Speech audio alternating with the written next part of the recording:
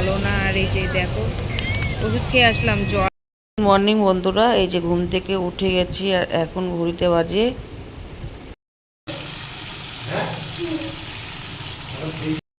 তো বন্ধুরা আমরা স্টেশনে পৌঁছে গেছি।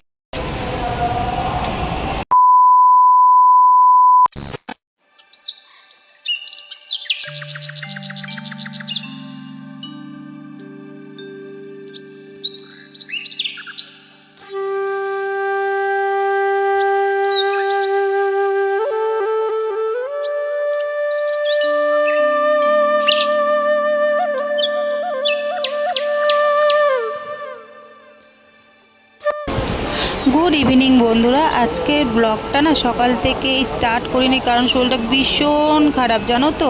তো ভাবলাম যে একটু লাল চা খেয়ে আসি, তো এর জন্যই বের হলাম। চাটা খেয়ে অবশ্য আমরা রুমে ঢুকে গেছিলাম। তো স্কিপ না করে পুরো ব্লগটা দেখতে থাকো গাইস। ছাদে বসে আছি আর এদিকে ওইখানে তোমাদের দাদাভাই ভাত বসিয়েছে আর আমি বসে আছি। আমার শরীরটা ভালো না। আর এই যে দেখো ওষুধ খেয়ে আসলাম, জল নিয়ে বসে আছি, জল খাচ্ছি বারবার। আর দেখো এখান থেকে মানে যেখানে বসে আছি সেখান থেকে ভিউটা কি শুনতে পাচ্ছ, কি সুন্দর ভিউ। আজকে লাস্ট দিন একটু বসে এনজয় করে নিই। আজকে থাকবো কিছুক্ষণের জন্য, তারপরে রুমে গিয়ে ব্যাগ গোছাতে হবে। আর রাতে শীতে সিদ্ধ ভাত বসিয়েছি আর দিনের বেলা তরকারি আছে। ব্যাগ গুছাতে হবে। আর আমার প্রচণ্ড গা হাত পাগুলো ব্যথা করছে। ব্যথা বলতে গেলে কি রগগুলো টানছে, 15-16 বার পটি গেছি, ওষুধ খেয়েছি, কী জানি কী হয়। কালকে আবার আমাদের 10টা 15-তে ট্রেন। আর সকাল 7:30-8টার দিকেই রুমের থেকে বের হয়ে যাব। একটু অ্যাডভান্স বের হওয়াটা বেটার, কারণ এখান থেকে স্টেশন যেতে মিনিমাম 1-1.5 ঘন্টা লাগেই। তো দেখি কি হয়। আর আজকে যে ব্লগটা শুরু করেছি এই ব্লগটা কালকে স্টেশন অবধি মানে পৌঁছানো অবধি রাখবো। তারপরে ট্রেনে মানে কি করি না করি 24 ঘন্টার একটা চ্যালেঞ্জ টাইপের দেখাবো। দেখি কি করি, শরীর যদি ভালো থাকে। তো এই হলো ব্যাপার। আর ওদিকে তোমাদের দাদাভাই রান্না বসিয়েছে। এই যে এখানে ফুসকি কই ফুসকি, আচ্ছা নিচে বসছে ওই তোমাদের দাদাভাই। চলো আমাদের ভাত হয়ে গেলো আর ছাদে কয়টা কাপড় ছিল নিয়ে নিলাম। এখন যাচ্ছি রুমে। রুমে গেলে এক ফোটাও টাওয়ার পাওয়া যাবে। এই ধরে দাদা ভাই হাতে ভাত টাকা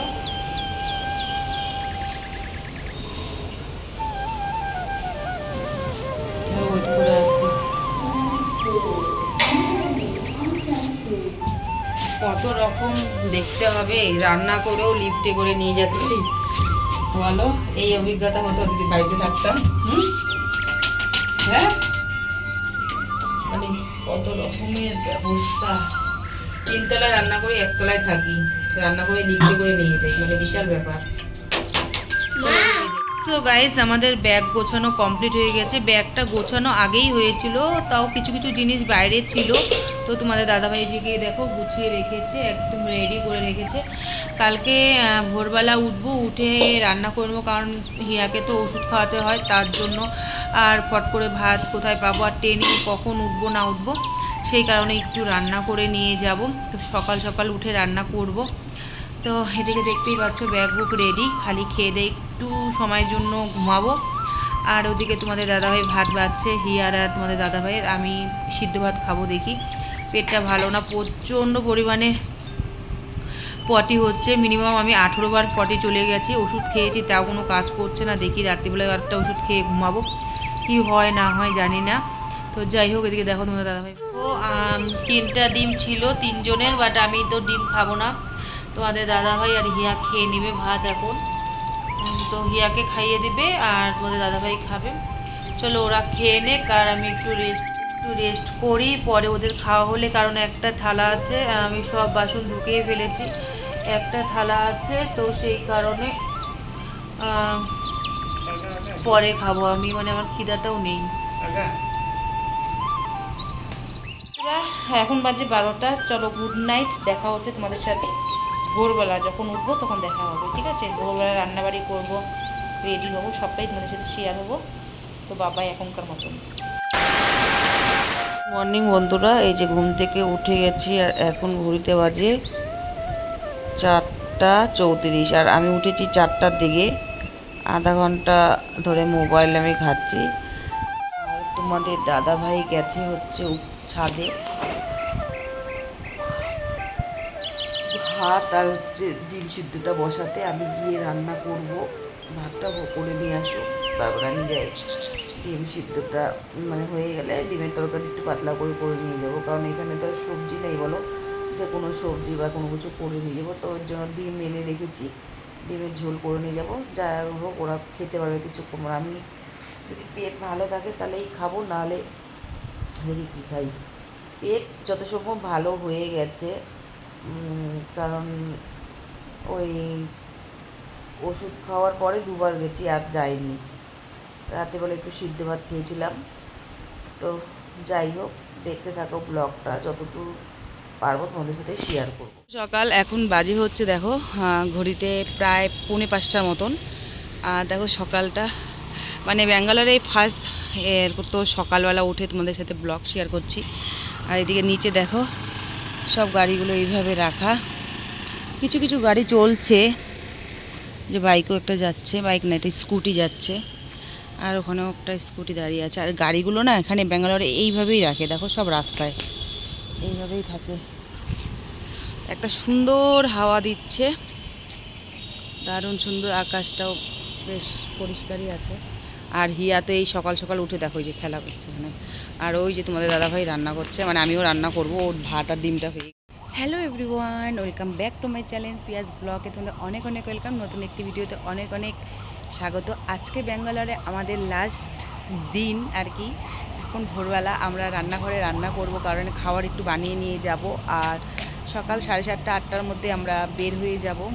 তো যাই হোক, মানে একটা কোথাও আসলে না, মানে যখন যাওয়ার পালা থাকে একটু মনটা খারাপ লাগে, যদিও আবার একটু মজাও লাগছে, বাড়িতে যাব। আর আজকে আমাদের মানে বাড়ি থেকে বের হওয়া 16 দিন ধরে আমরা এখন আজকে বাইরে আছি। 16 দিন, 17 18 19 20 16 17 18 19 দিনের দিন আমরা বাড়িতে ঢুকবো। তো যাই হোক, অনেকটা এক্সাইটেড, আবার একটু মন খারাপও লাগছে। এতদিন ধরে এখানে আসছি, কতজনের সাথে পরিচিত হয়েছে, সবাইকে অনেকটা মিস করবো। আবারও আসবো 6 মাস পর। নেমানাই টাকা তো একটু হ্যালো বন্ধুরা, আমি এখানে দেখো মশলা কেটে এনেছি। এখানে পেঁয়াজ কুচি, আর এখানে রসুন আদা একটু পেঁয়াজ ঘষে নিয়ে আসছি। এই হলো ব্যাপার, এটা আমাদের বসা। আর এখানে দেখো ভাত হয়ে গেছে, আর এখানে এই যে ডিম সিদ্ধ হয়ে গেছে। আর এইখানের অবস্থাটা দেখো কি ক্রিটিক্যাল। সকালে রান্না করার টেনশনে না রাতে এক ফোঁটাও ঘুম হয়নি। সেই তো বিছনায় গিয়েছিলাম 1:30টার দিকে, তারপরে তো এপাশ ওপাশ করতে 1 ঘন্টা মতন ঘুমিয়েছিলাম। তারপরে 3:45টার দিকে উঠেই গেছি। তো যাই হোক বন্ধুরা, যেহেতু যাবো, একটু খাবার বানিয়ে না নিয়ে গেলে কেমন হয়, কারণ হচ্ছে আমাদের ট্রেনটা না প্রচুর পরিমাণে প্রবলেম হচ্ছে, যে এই সময় মানে এক একটা মেসেজ ঢুকছে যে মানে একটু লেটে ঢুকবে বা ডিলেট হয়ে যাচ্ছে। তো অনেকটা প্রবলেমের মধ্যে দিয়েই যাচ্ছে।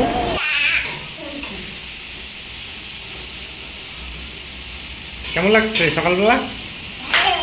হ্যাঁ, এদিকে তাকাই বল, কেমন লাগছে?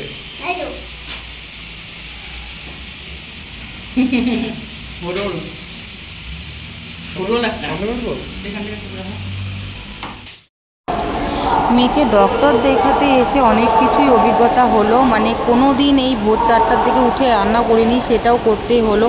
কারণ দেখো, আমরা তো না খেয়ে থাকতেই পারি, কিন্তু বাচ্চা মানুষ তো না খেয়ে থাকতে পারে না। তো এটা যদি বাড়ি হতো, অন্য কোনো কিছু আমি রান্না করে নিতাম। তো যেহেতু ঘরে আমি ডিম এনে রেখেছিলাম, সেই ডিমের কারি করে নিলাম। আর এখানে দেখো মেয়ে আর আমি প্রচণ্ড ব্যায়াম করছিলাম, মানে এই আর কি, সকালবেলা হালকা হালকা ব্যায়াম করেই থাকি। তো মানে কথা বলতে বলতে দেখো ডিমটা কষানো হয়ে গেল, লঙ্কা পেরে ফুটে দেখো কালারটা কিন্তু ভালোই এসেছে, তাই না?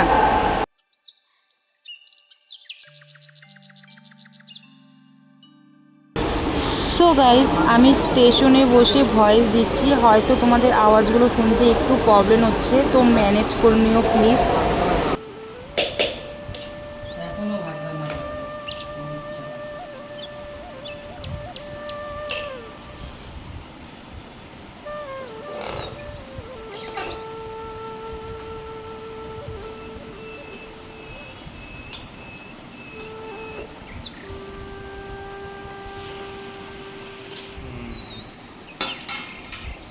বন্ধুরা আমার ভাত বাড়া কমপ্লিট হয়ে গেছে। এখন আমরা করে নেব স্নান করবো।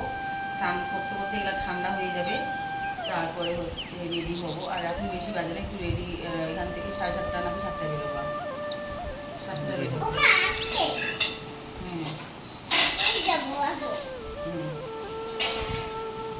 এটাও ভেঙি না। তো গাইস আমরা আর কি রেডি হয়ে গেছি। এত পরিমাণে টেনশন, একটু আগে মেসেজ ঢুকলো যে আবার নাকি ট্রেনটা ডিলেট হয়ে গেছে, তো অনেকটা টেনশনের মধ্যে পড়ে গেছিলাম। তো যাই হোক, এই দেখো সবাই আমরা রেডি হয়ে গেছি, চলো বের হই আস্তে আস্তে। তো গাইস রুমটাতে অনেকদিন থাকলাম, তো টাটা, চলো বাই বাই।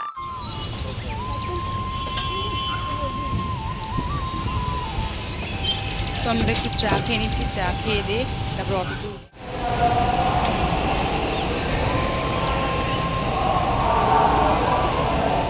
তো বন্ধুরা আমরা স্টেশনে পৌঁছে গেছি, আর আজকে ব্লগটা অনেকটাই বড় হয়ে গেছে, আর এই ব্লগটা আমি এখনই পোস্ট করে দেব।